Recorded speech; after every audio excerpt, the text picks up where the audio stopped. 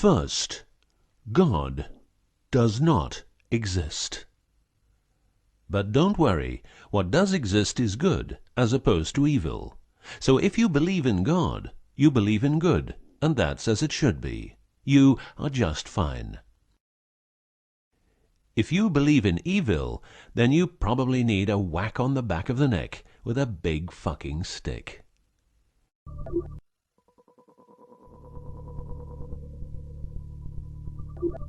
Around 5000 BC, we, Homo sapiens, were genetically modified by space aliens. These aliens first landed where the river Euphrates enters the Persian Gulf.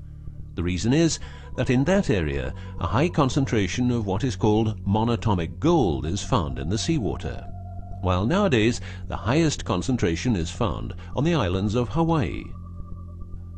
The aliens were members of the Anunnaki Empire and were on a quest to find this metal that is supposed to enhance and repair all bodily functions and stop the body from aging. Monatomic gold is what is called a superconductive metal. Superconductivity means that if you transport, for example, electricity through a line made of this material, you would not lose any energy as a result of heat dissipation. So if you input 100% of energy, you also output 100% of energy.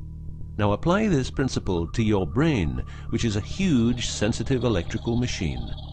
The monatomic gold makes your neural pathways act like quantum drive superhighways.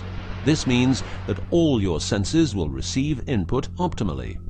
In turn, these inputs will be processed optimally, and those parts of your brain you don't use will become more active, so enhancing your memory, making you better understand problems, allowing you to sense evil, detecting lies, becoming telepathic, and even being able to time travel in your mind by seeing the past or the future.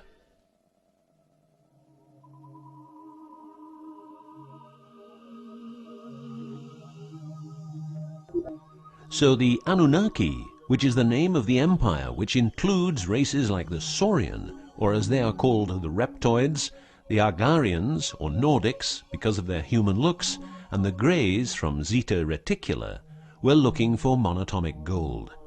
This involved enormous effort because it had to be extracted from seawater, or by processing it in such a way that the gold, usually in pairs of 8 atoms per molecule, could be separated into individual particles. In this fashion, the monatomic elements were separated from the multi-atomic cousins. In a similar way, uranium-235 is produced. For the use as intelligent slaves, the Anunnaki took a man, let's call him Adamski, and took out a part of a rib. This is because the rib is a part of the human body that can be removed without causing too much damage, and because the rib contains bone marrow, it's a perfect source for DNA. The Anunnaki modified the DNA for a better manipulation of the humans and implanted it into a woman, let's call her Mulva. Mulva then had children with Adamski, and their children were, just like Mulva, genetically modified. These humans worked for the Anunnaki, but not a lot of humans knew about the Anunnaki, and then, for some reason, the Anunnaki disappeared. An interesting detail is that the symbol for human DNA resembles the word Yah, which is God, but surely this is a coincidence.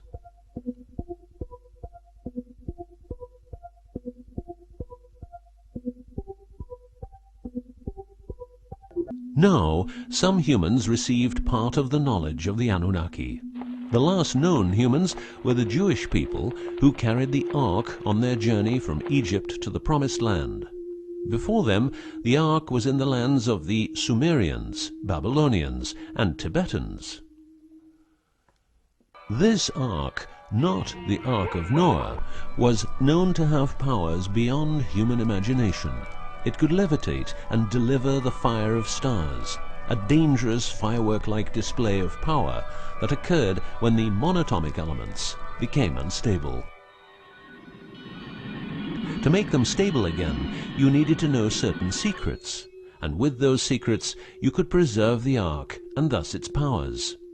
The humans who were close to the secrets of the Ark had long and prosperous lives. The best known was Methuselah, who lived to the age of 950. Wherever the Ark is, the culture thrives, and over the centuries it moved from Jerusalem to Rome to London, and is now supposed to be in the United States of America. The Ark always moves west, and will always keep moving west. From the very beginning, the people who own the Ark have never given it away, and great care is given to preserve the bloodline's purity of the holders of the Ark. Renowned conspiracy theorist David Icke studied the bloodline of George W. Bush.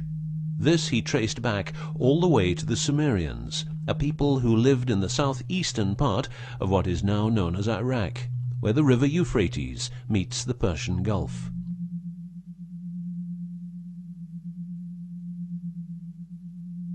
The secrets of the elements of the Ark, scientifically known as ORMs, orbitally rearranged monatomic elements, are nowadays hidden by secret societies that have control over society worldwide. The word ORM is the same as the Hebrew word which means the tree of life. ORMs consist of 8 metals. These 8 metals are ruthenium, rhodium, palladium, and silver, known as the light platinum group, and osmium, iridium, platinum, and gold, known as the heavy platinum group. Gestation of these metals in monatomic form prolongs life and enhances and repairs bodily functions. By following what is called a wide-spectrum diet, we can provide our bodies with monatomic superconductive elements. In other words, by eating a lot of grapes, carrots, all blue and dark red fruit and vegetables, and also much other fruit, vegetables, and fish.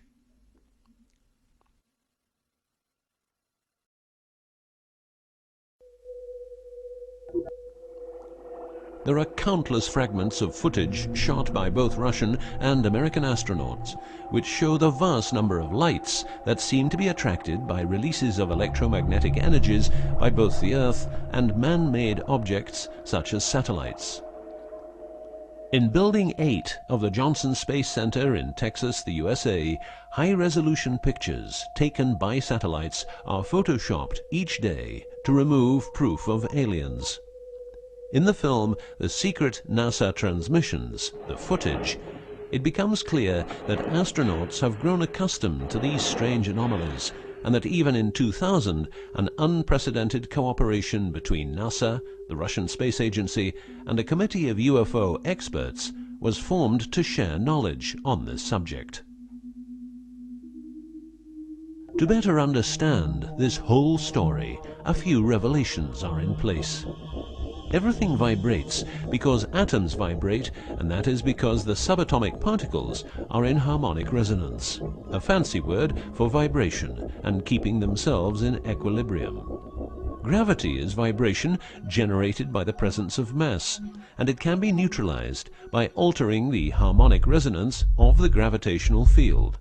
In other words, if you generate vibrations, you can alter gravity, and with superconductive materials, the amount of energy needed for generating the vibrations is greatly reduced.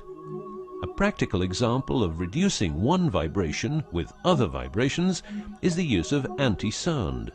If you instantaneously produce the exact opposite waveform that comes towards you in the form of sound, the sound will cease to exist.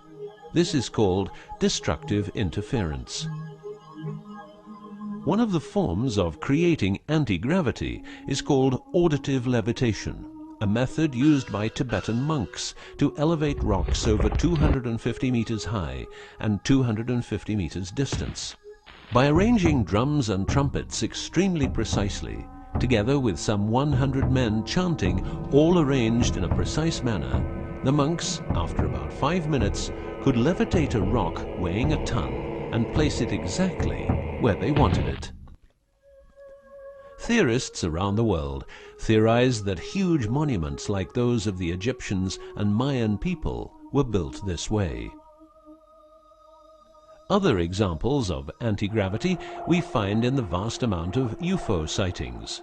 These UFO sightings are actually experiments run by governments in their search for anti-gravity propulsion. So, if the technique is known, why don't we all transport using anti-gravity propulsion? For each year of technological advance, the military advances 44 years. All science is merely a means to an end. The means is knowledge. The end is control. Who will be the beneficiary? What do they want? What they want is control. The establishment of a global economy which is totally predictable and can be manipulated in every sense. Ein Volk, ein Reich, ein Führer. What I am saying is that the vast majority of people is being controlled by the established upper class. I know this is like the plot of a bad movie, but stay with me for a minute. Anti-gravity exists. The ability for everyone to be a genius exists. Aliens exist, and much more efficient ways of producing energy exist. For example, the Mighty engine, which produces the same amount of energy as a normal engine, but only using 5% of the fuel a normal engine uses. Or the PAP engine, which without fuel, only driven by the power of zero-point energy and a small amount of noble gases, can deliver 500 horsepower for a period of 10 years. Or the Maternita machine of the Maternita commune, which has delivered 3 to 4 kilowatts out of thin air for the last 20 years. What would be the consequences for the upper class if they lose their monopolistic knowledge? What would happen to them if people would know about the secrets they're holding for us? If I don't need any more gasoline, what would happen? If I don't need any more electricity or gas, what would happen? If I don't need any more medicines from the pharmaceutical industry, what would happen? In order to ensure their powers, the upper class, some call them the Illuminati, handles a strict agenda. The agenda has the aim to prepare the world for world domination, beginning in the US and Europe. According to conspiracy theorists around the world, this is what they are doing as preparation. By the way, these people are extremely smart and fanatic, extremely rich, and they have tried it before. Then they were called the Nazis.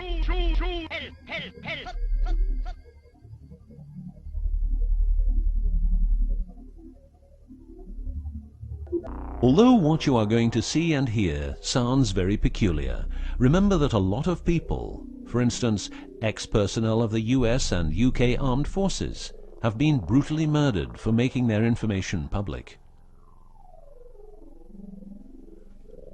Let's begin with 9/11, but first a little history.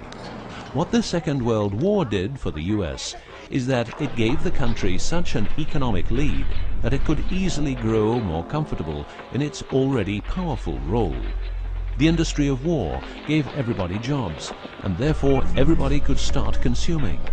Marshall aid gave Europe the economic impulse it needed. In other words, war leads to flourishing economies and leaps forward in technology. The process of transformation, even if it brings revolutionary change, is likely to be a long one, aside from some catastrophic catalyzing event like a new Pearl Harbor. These are the words of a neocon think tank whose members count people like Dick Cheney, Wolfowitz, and Donald Rumsfeld. What it says is that America needs a war to transform into its next shape, and 9/11 is our new Pearl Harbor. In the manipulation of people, one of the strongest weapons is to make people believe someone else did it. What I'm trying to say is that the US government is trying to make the people believe Osama did it. But did Osama do it?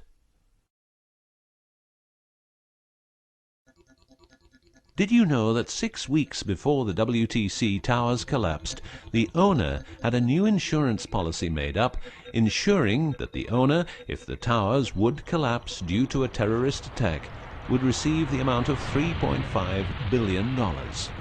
The owner, because 2 towers went down, tried to claim 2 times $3.5 billion, but only received 2.2. What happened to building number 7?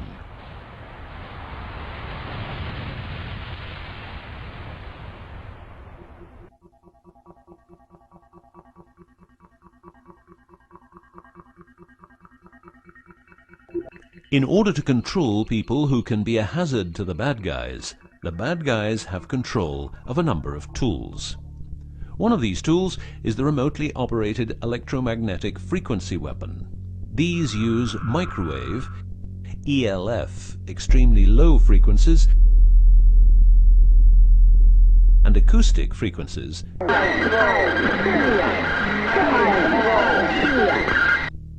to covertly attack and harass innocent citizens. The use of frequency weapons on humans for behavioral control and murder is not new.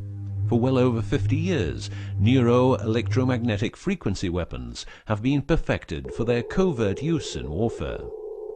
These classified, non-lethal or silent weapons, as they are known in the trade, have also been perfected by experimenting on an innocent and unsuspecting public since their early development. Directing a beam of frequencies to a human can cause a series of effects. A well-known effect is ELFs, causing nausea, headaches, wild racing heart without cause, sudden violent itching in different parts of the body. A frequency weapon can look like this, or like this. Its shape depends on how frequencies have to be directed to the target. Did you know that the US Patent and Trademark Office holds a vast amount of patents for machines which can be used in direct or subliminal mind control systems? Here are a few. Method and system for altering consciousness. Superimposing method and apparatus useful for subliminal messages.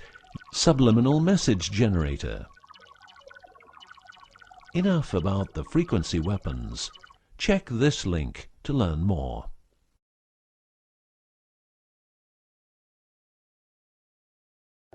You will realize that to control people, you have to know what they are communicating. So in the 1950s, the UK and USA decided to set up the world's biggest espionage network to make sure all communications between Russians and spies or allies were monitored. This system has continuously been updated since the day it became operational. The system's name is Echelon and consists of a vast network of listening posts, extremely advanced computers, an enormous number of people, dishes, and taps. Echelon's computers capture every communication via Internet, GSM, UMTS, landlines, TV and radio broadcasts, satellite communications, private, military, and diplomatic, and listens to every word. The computers work with a list of keywords, and when a message contains one or more keywords, the message is directed to a specialist who examines the message. If it is suspicious, further action may be taken. Echelon centers are around the world, but here are the best-known locations. Menwith Hill, North Yorkshire, England. HARP, Remote Mind Control Computer Center, Alaska. Pine Gap, near Alice Springs, Northern Territory, Australia. Pine Gap has a complex of radomes, a huge computer room, and about 20 support buildings. The signals analysis section of the computer room is staffed exclusively by CIA and NSA analysts. Within the USA, Australia, and the UK, the NSA can plug into every telephone call and message entering, leaving, or transiting the country. The NSA is also constructing a network of towers up to 500 feet high, each tower at a distance of 200 miles from each other and stretching from the east to the west of the US. The network is called GWEN, Ground Wave Emergency Network. This network transmits very low frequencies combined with ultra-high frequencies and is used in case the communication systems in the US are rendered useless because of a nuclear attack. Coincidentally, the frequencies of GWEN coincide with the frequencies being used by frequency weapons. Also coincidental is the fact that mobile telephone systems like GSM and UMTS also operate in the same frequency areas as some frequency weapons. To further prepare for global domination, the secret US government, led by the corrupt holders of the Ark, also known as the Illuminati, or the New Global Union, or the New World Order, or just plain Nazis using the Eye of Lucifer as their symbol, has started building since the 1940s large underground bases with every commodity you can think of. These bases are basically large cities underground, connected by high-speed magneto-leviton trains that have speeds up to Mach 2. According to Phil Schneider, the black budget is a secret budget that garners 25% of the gross national product of the United States. The black budget currently consumes trillions of dollars per year. Presently, there are over 129 deep underground military bases, or DUMBs, in the United States. These underground bases were built using nuclear-powered laser drills that can drill 7 miles per day.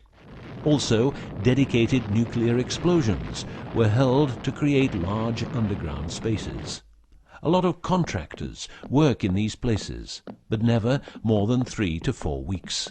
Always under strict supervision, and before entering a site they are warned that if they talk about what they see, it will cost them their lives. As mentioned, men are the result of a genetic modification by space aliens.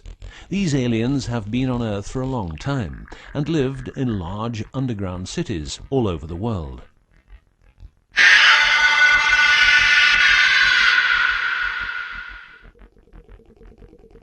Collaboration with modern governments began as early as 1933 with the Bavarian Illuminati and Thule secret societies, and this collaboration was brought into America via the CIA, which was established with the help of American Nazi agents as well as European Nazis who were brought into America through Project Paperclip and other operations. It was agreed that the aliens and the upper-class secret government would help each other, as agreed in the 1954 Greada Treaty. By 1979, the aliens didn't respect the treaty at all, and it was in this year when, at Dulce Air Force Base, a huge underground base was being built, and during excavation, an underground alien city was discovered. There are several species of aliens working with the US at the Underground 7 level facility at the Alien US Government Biogenetic Research Base in Dulce, New Mexico. The reason they help the US government is because the aliens need space here on Earth for conducting experiments on humans and storing humans in suspended states for reasons unknown. In exchange, the aliens give the US government technology. Examples of these technologies are stealth aircraft, anti-gravity propulsion, genetic research, quantum technologies, computer technology, biological warfare, medicine, GSM, etc. The greatest weapon the devil has is the disbelief people have in him. The devil represents evil, and those who want to dominate are the evil ones because they keep their knowledge from saving lives and improving the world. Instead, the evil ones will make the people more docile and stupid, using more tricks in order to achieve their goal, which is world and universal domination. The story of the aliens seems so unreal that, like the devil, it is subject to ignorance and ridicule, and that is its greatest weapon. In the past and present, the evil ones have tried a number of methods and products to manipulate people. AIDS, invented by a laboratory in Chicago, Illinois in 1972. It was a biological weapon to be used against the people of the United States. Second, the US government has a Tesla device to generate earthquakes. NASA only landed on the moon once. Almost 90% of drugs trafficking is organized by the biggest secret services in the world, like CIA, NSA, MI5, MI6, and so on. Since the US is in Afghanistan, poppy production has reached an all-time high, and never has there been so much heroin on the market. People who don't need drugs needn't worry. Their needs are covered by the pharmaceutical industry. The global warming story is a hoax. The Earth is warming up, but not as a result of CO2 produced by man, but because the cycle of the Earth is just like it is. Remember that 10,000 years ago, the whole northern part of the world was covered in ice. It's what we call an ice age. The Ark, in its recent form, started its journey in the deserts of Egypt and was carried to the Holy Land by the Jewish people. In Jerusalem, the Ark started its journey around the world heading west. Everywhere the Ark has been, one or more obelisks are erected as a symbol of establishment. In the future, the Ark will travel to China, Russia, Iran, until it reaches Jerusalem again, which means the whole world will be under the influence of Lucifer's eye. That will be the moment the Anunnaki Empire will settle and rule Earth uncovertly. On many important sites in the world, buildings carrying symbols of Lucifer's return are common. The best-known example is the Pentagon, which suggests a pentagram referring to the Jewish symbolism and the symbolism of the Ark. Another example is the Israeli High Court. It's a building with dozens of satanic and secret symbols. Like the Eye of Lucifer, an inverted cross you can walk on. Its numerical anomalies. It was built in exactly 750 days. Used exactly 250,000 stones, all hand-laid, and was funded by the Rothschilds, the founders of the central banks and the World Bank. These buildings celebrate the coming of and will serve as headquarters for the evil ones. From here, every communication will be monitored. The underground cities will then be used as detention camps, where the bodies of resistance people will be converted into soulless zombies.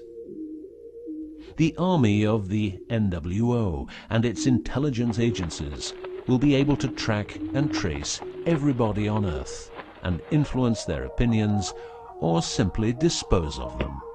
Socially, everybody will be watched by their neighbors and friends and mobbed if they have different opinions. The rich, richer and smarter, the poor, poorer and dumber, will support the pyramid with Lucifer's eye on top, as it has always been. This will be the future, and the future is now.